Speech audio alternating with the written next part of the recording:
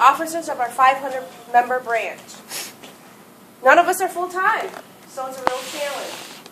The election was hotly contested, and most of us won our election by a handful of votes. The candidates that lost clearly state they are not going to go away quietly, so our branch is going to have a challenge on our hands. There are strong divisions in our branch. Meetings are rowdy and dysfunctional. The new officers are challenged at every report. Many members of our branch are put off by the infighting and, are disinclined to get involved. Our branch meetings attendance is at an all-time low. Additionally, majority of the senior carriers want to go to 5-day delivery. When it was announced on our working floor, many cheered, some because they were looking for an early out, and some just because they wanted the weekend off. Hi. Well, we figured to solve our problem that we were going to do a canvassing project. And since we have 500 members in our union, we first originally decided that we are going to have to recruit and create our vision plan here. So we came up with a coordinator, canvas organizer, and canvassers. So we wanted to indicate to you on this chart so you can follow with us as we explain our vision. We are going to have the coordinator, Brent, be Mr. Robles. He's the branch president. And then for the canvas organizer, that is going to be the vice president, Hannah, and secretary Gonzalez. Now, under the canvassers, we are going to be using the sergeant-at-arms Cruz and the 2 stewards, Wells and Thad.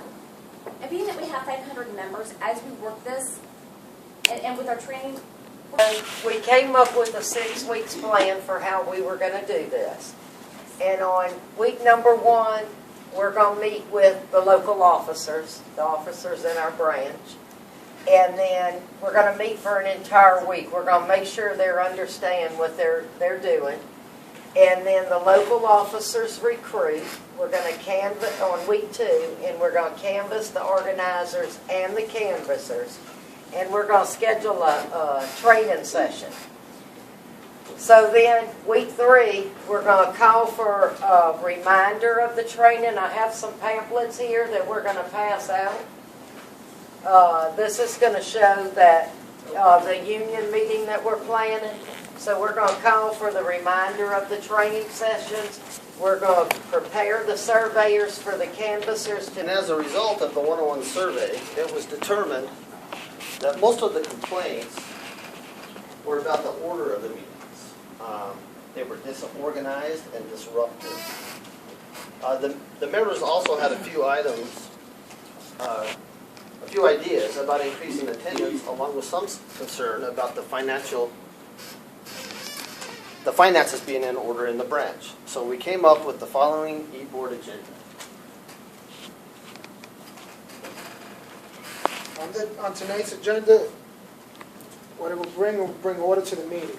Bring order to the meeting. By bringing order to the meeting is while the meeting is being conducted, everybody can act civil, because I understand there's a lot of animosity because of the people that were, the new elected people that were here, and whatever you want to bring up to the table, it can be brought up to the table, but everything has to be done in a fashionable order. Also, boosting the attendance. Boosting attendance, we're going to do a lot of one-on-one visiting stations to try to boost attendance and bring it much more up, and let the member feel more involved in it. Let him feel that there's something for him, not just complaining. So at the branch meeting, we are going to be addressing some of the senior carriers who were very excited about the 5-day delivery. And we're going to be presenting a PowerPoint that is something like this, just to try to plant something else in their head and give them something to think about. Center button. Thank you. Hooray for 5-day, early out. So they should be happy, right? Celebration time. Well, the NALC doesn't have any information that the Postal Service has asked for the authority for the OPM to offer an early out. And basically, the belief is that there's not an excess of carriers to do that. So we have to let those senior members know that. And if they did offer an early out, would it really be enough for them to retire on?